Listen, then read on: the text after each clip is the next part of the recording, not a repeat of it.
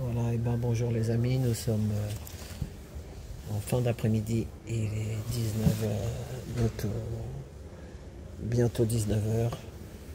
Les salles d'audience ferment une à une, nous sommes au tribunal de la Porte de Clichy. Voilà, et je voulais faire un... Donc j'ai noté 2-3 trucs et je vais vous mettre un petit audio pour vous inciter à aller voir une vidéo sur une chaîne. Donc, j'ai noté, là, on en a pris plein la tronche toute la journée, toute l'après-midi, là, depuis 14 heures. Bloc procédural, alinéa, article 32, diffamation publique, partie civile. Voilà, et il y a beaucoup de charabia là, pour essayer d'ouvrir un procès que M. Bardet-Nias n'y arrive pas. Il faut attendre le 17, on va attendre le 17, voilà. Donc, et ben, j'ai vu que la vidéo de ce matin que j'ai mis là cet après-midi, ça vous a fait, moi aussi, ça m'a fait couler la larme quand elle me parlait. Voilà, donc alors, je vais quelque chose à vous montrer. On fait comme on peut. Tant qu'on est là, le jour qu'on n'y sera plus, eh ben, il y a aussi, oui, il y avait aussi Maximus. J'ai une vidéo sur Maximus, j'ai pas mal de vidéos aujourd'hui. Ils nous ont fait un bouquet final là, comme un feu d'artifice, ça arrivait de partout. L'histoire avec aussi, comment il s'appelle, celui qui faisait son nom, fatigué. Quand tu es fatigué, je suis là depuis 11 h ce matin.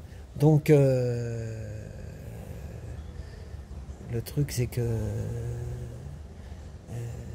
oui, il y avait plusieurs affaires. Donc une sentence pour Maximus, il va avoir à peu près 4000 € d'amende. Entre un qui finit son procès, un qui essaye d'ouvrir et qui n'y arrive pas. La justice, c'est compliqué. Et comme l'a dit Nadia, quand j'ai demandé, tu as un avocat pour Laura, et elle m'a dit, ben non, elle en a pas. Pourquoi? Parce que ils sont pas nets, voilà. Et moi j'ai eu déjà affaire à ça, donc je sais ce que c'est d'avoir un avocat qui est pas... Un avocat qui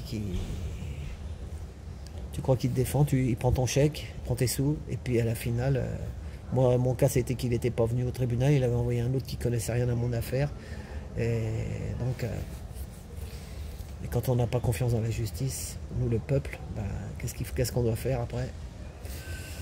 Est-ce qu'il faut changer de pays? Il y en a qui disent qu'il faut changer de pays, moi je ne le crois pas, il faut lutter gentiment, avec le sourire, essayer de garder... voilà, c'est pas facile hein, de garder son sourire, mais il faut le garder, voilà. Donc, voilà.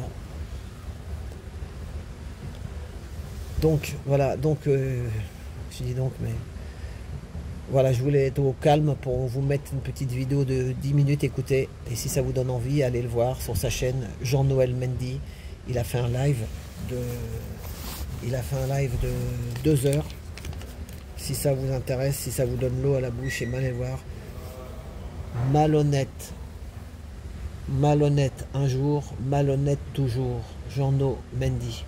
Allez voir sa chaîne. Malhonnête un jour, malhonnête toujours. Et il explique un peu comment ça marche tout ça. Voilà. Et là vraiment avec Valérie on s'est régalé. Donc allez l'écouter. Et là c'est vrai que des fois il y en a avec Jean-Noël, ils ont du mal parce qu'ils parlent de mathématiques et tout ça. Mais bon, tout est mathématique il paraît. Mais là vraiment il a parlé avec son cœur. Hein. Voilà. Donc je vous mets 10 minutes et puis bah, vous verrez bien. Voilà. Allez, je sais pas quand est-ce que je vais mettre cette vidéo, mais avec tout ce que j'ai, mais bon, on la mettra. Attendez, voilà. Attendez, je cherche le truc et ça va venir. Voilà, elle est là. Allez, bonne écoute. Voilà, essayer de remonter le niveau sur les réseaux sociaux, bah oui, ça nécessite forcément de ne pas s'y prendre comme la plupart des gens, parce que les gens sont là en train de te dire, êtes-vous pour ou contre ça? Êtes-vous pour ou contre ça? Qu'est-ce que tu penses de ça ou de ça ou de ça? Voilà, de la merde, c'est de la merde. On vit dans une société de merde. La plupart des choses qu'on propose, c'est de la merde. Voilà. Bon, penser qu'on existe en société, que cette société, elle doit être construite d'une certaine manière, parce que forcément, pour pouvoir échanger avec les autres, il faut un certain apprentissage, ne serait-ce que la maîtrise de sa propre langue maternelle. Et c'est même pas le cas. Aujourd'hui, on est en France, les Français, les Françaises, aujourd'hui, quand on va écouter les lives, ils n'ont même pas la maîtrise de leur langue maternelle. La maîtrise de la langue maternelle des Français et des Françaises d'aujourd'hui, pour la plupart, c'est demander, je sais pas, c'est aller faire le marché. Un paquet de cigarettes, une baguette, et ainsi de suite. Voilà. C'est important de comprendre ça, sa propre langue maternelle. Voilà. Comprendre qui on est. Ce qu'on est, comprendre comment le monde il existe. Ben, le monde il existe, on va aller dessus parce que il faut comprendre pourquoi les hommes ils sont malhonnêtes. Cette malhonnêteté, elle est immiscée dès la plus petite enfance. Dès la plus petite enfance, on te dit que le monde il n'est pas juste et qu'il va le rester. Et que c'est comme ça. Et qu'on ne peut rien y faire. Résultat, dès la petite enfance, et c'est pour ça que quand tu discutes avec des adultes, ouais mais c'est comme ça, il y aura toujours des riches, il y aura toujours des pauvres. Parce que les gens acceptent fondamentalement de vivre dans un monde inéquitable. Et qui sera de toutes les façons déshumanisé. Alors pourquoi tu demandes de l'humanité si tu dis que fondamentalement le monde doit être inéquitable et que tu l'as admis comme tel? Ben oui, et les gens te disent le monde équitable c'est une utopie. L'utopie c'est quand on te dit que tu as un billet de 50 €. Voilà. Quand on dit que tu as un billet de 50 là, voilà, je le fais comme ça. Et que si c'est toi qui l'as, eh ben, il vaut 5. Et si c'est ton voisin qui l'a, il vaut 50. Ben là, tu vas te dire, ben là, c'est inéquitable. Ben, je suis désolé. Une vie humaine, elle vaut une vie humaine. C'est là où les gens ils sont dans une dissonance cognitive. Pour toi, le billet vaut tant, et c'est la vérité. C'est la vérité parce que chez les milliardaires, le billet de 50 €, il vaut 50 €. Il vaut 50 € moins les 2% d'ISF. Moins les 2%. Voilà. Chez la personne lambda, ce billet de 50 €, eh ben non, il est 50 € moins 90%. Moins 90% de taux d'imposition. Ouais, il y a moins 90%. Entre les charges sociales, les ceci, la TVA, et tralali, tralala. Alors, résultat, il te reste quoi que dalle. Et c'est la vérité. Et les gens te disent 50 €, ça vaut bien 50 € chez les deux personnes physiques. Mais lui, sur ces 50 €, il sera imposé que de 0,2%. Eh ouais. Il paye 2%. C'est-à-dire que les très fortunés, 50 €, ils ont 50 €. Chez les autres, il leur reste 5 balles. Et voilà. Parce qu'ils sont imposés à 90% dessus. Ça, c'est le système de taxation. Et les gens te disent, non, mais moi j'ai un billet de 50 €, c'est 50 € à moi. Ben non, c'est pas à toi. Parce que le système, il fait que sur les 50 € chez le multimilliardaire, machin chose, lui, c'est 2%. Chez toi, qui est là, qui a travaillé, qui sont EO, voilà, ou peu importe le statut social, de toute façon, tu n'es pas dans la fourchette haute, c'est pas 50 €. Toi, tu as l'impression de les dépenser parce que tu les as dans ta main. Voilà. Mais tu vas tout payer derrière, tu vas tout raquer, les impôts, les ceci, les cela, l'essence, la totalité, quand tu en as les moyens. Sinon, quand tu n'as plus les moyens, il faut déjà que tu les trouves, les 50 €. Donc, comprendre comment on a fait, on fabrique la malhonnêteté des gens, parce que c'est une fabrique, hein, fabriquer la malhonnêteté de chez les gens, parce que les gens se pensent honnêtes. Hein. Voilà, moi je me pense honnête, tout le monde se pense honnête. Dans un monde malhonnête, personne ne peut être honnête, malheureusement. Ben oui, parce que je suis obligé d'accepter que le monde est imparfait. Et maintenant, est-ce que dans la malhonnêteté dans laquelle je vis, ambiante, je tente de le corriger? Ben, la réponse c'est oui. C'est là où il faut comprendre. Mais cette malhonnêteté, c'est accepter tout simplement a des gens là-haut bah, qui se tapent tout le gâteau, et qu'il y a les gens d'en bas bah, voilà, parce qu'ici, on a même le sous-sol. Hein. Voilà, on a même le sous-sol. Voilà. Tout simplement, et c'est entretenu comment bah, on demande aux gens tout simplement d'aller de consentir voilà, à maintenir le système en place. Tu mets un bulletin dedans, eux ils récupèrent et ils te disent c'est nous qui contrôlons. C'est comme ça que ça fonctionne. Si voter, ça servait à quelque chose, il y a longtemps que ce sera interdit. C'est le seul moyen qu'ils ont trouvé légitime pour se maintenir en place. Mais pourquoi? Parce que les gens ignorent qui ils sont. Fondamentalement, l'ensemble de la société humaine ignore qui elle est. Alors derrière, ils ont besoin de... Pour savoir qu'est-ce qu'ils vont décider, qu'est-ce qu'ils vont faire, pour qui voter, ou pour qui pas voter, ou prendre une opinion, il faut qu'ils se renseignent chez un tel et un tel, parce que chacun ignore qui il est. Tu te rends compte, tu te balades toute une vie sans savoir qui tu es. Avec des théories de t'es un être souverain, avec des théories que t'es sur un homme en paille, avec des théories de machin chose, ceci, cela.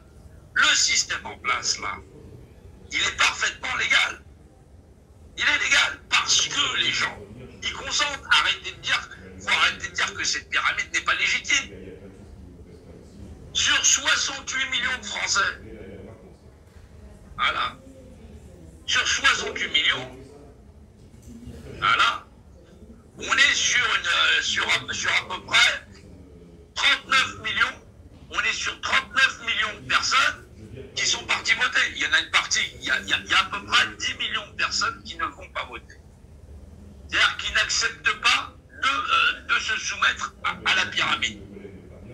10 millions seulement. Mais pour 39 millions, c'est le chemin qu'ils ont choisi pour pouvoir fonctionner dans cette société. Avoir un chef pour les diriger, protéger leur économie, peut-être qu'ils vont leur augmenter les minimums salaires, peut-être que ceci, cela. Ils vivent sous des promesses. Voilà. Faut vous rappeler d'où est tiré le mot voter. Voter, ça s'appelle, c'est faire un vœu. Le mot voter vient du mot faire un vœu. Je fais un vœu, je vote. Voilà. Le veau et la vache, voilà. Ou qu'elle a vélé. Alors le mot voter, il vient du mot faire un vœu. Mais que oui, faire un vœu. Donc il faut arriver à comprendre la société dans laquelle on est et qu'elle est parfaitement légitime, sinon ça ne fonctionnerait pas. Alors bien sûr que cette société, elle se protège, elle va dire, bah, sur tant de population, parce qu'ils ont accepté, nous on va se prendre tout le gâteau, on va en bouffer. Derrière, ici, on va foutre des militaires, on va foutre des forces de sécurité, de la police et tout le reste. On va regarder une bonne partie de la population en jachère, c'est-à-dire eux, ils vont vivre avec le minimum vital. Voilà. On va s'inventer une classe moyenne en tampon. Voilà. Et après, on va s'inventer des cadres des administrations et ainsi de suite. La France, c'est un pays de fonctionnaires, le nôtre. Il y a combien d'élus en France? Ah oui, ça fait un paquet d'élus. Rien que pour une petite commune, il faut un maire, les adjoints au maire, les ceci, les cela, là. Après, tu as les conseillers régionaux. Et heureusement, tu me diras qu'il y en a qui ont plusieurs cravates, qui ont plusieurs mandats, parce que sinon, on en aura encore plus. Eh oui. On se dit, le cumul des mandats, c'est pas bien, mais quand vous regardez combien il y a de gens qui ont des mandats en France, vous hallucinez. Et le chiffre est réduit parce que sinon, il sera encore plus grand, parce qu'il y en a qui arrivent à cumuler 1, 2, 3, 4, 5 mandats. Donc, bien sûr que les gens, ils sont incapables, ils ne sont pas foutus de savoir lire la Déclaration des droits de l'homme et du citoyen en disant non, ça ne sert à rien, patati patata. Ben si, ça commence par là. Est-ce que tous les êtres humains sont égaux en droit? Quand tu arrives à comprendre qu'une vie vaut une vie et que c'est la vérité, ben, peu importe qu'il a un bras, qu'il lui en manque un, qu'il lui manque une jambe, quoi que ce soit, c'est une vie. Et que l'homme se doit aide et assistance. Quoi qu'il... Et ben voilà, donc c'était un extrait de, si vous avez été jusqu'au bout, Malhonnête un jour, malhonnête toujours, Jean-Noël Mendy. C'est une vidéo de 2 heures, un live. Voilà, et le titre de cette vidéo, je crois que je vais l'appeler Plaidoirie de Jean-Noël Mendy. Plaidoirie de Jean-Noël Mendy. Voilà. Et ben, je passe le bonjour Jean-No, et puis t'as mon téléphone, si tu vois que ça te plaît pas cette vidéo, bah tu m'appelles et puis je l'enlève, hein, mais normalement je vois pas pourquoi. Il y a longtemps que je t'ai pas vu en vrai, quoi, en physique. Voilà. Allez, et ben je fais une pause et je vais vous filmer la sortie en bas. À tout de suite. Là-bas, je ne sais pas si on le voit d'ici, la liberté consiste à pouvoir faire tout ce qui ne nuit pas à autrui. Et là, la loi est l'expression de la volonté générale. Elle doit être la même pour tous. Soit qu'elle protège, soit qu'elle punisse. Et après, il y a encore une dernière maxime. Deux maximes à la sortie. Je les ai déjà montrées, mais il y a des fois, il y a toujours des nouveaux qui regardent la chaîne.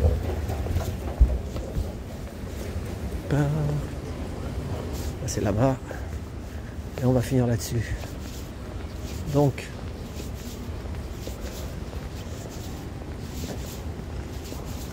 je ne pourrais pas être chroniqueur judiciaire, car moi j'aime bien être dehors.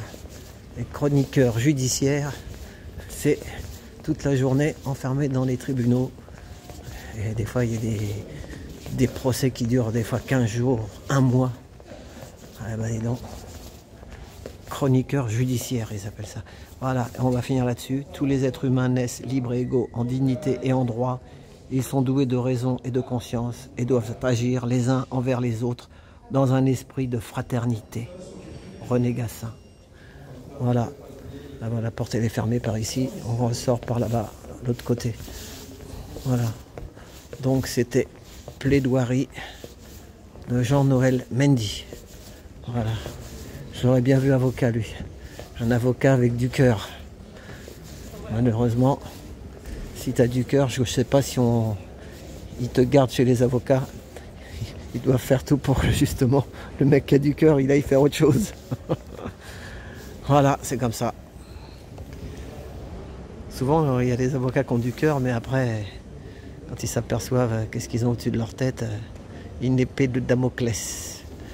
Voilà, c'est comme ça. Allez, et ben merci à tous les gens qui sont venus ici au tribunal. Nadia et Maximus et Boucha et Léo et puis François et puis je sais plus. Voilà. Pour soutenir tout ce. Et puis Pierre Bardérias aussi. Voilà. Allez, et ben à la prochaine. Merci pour tout.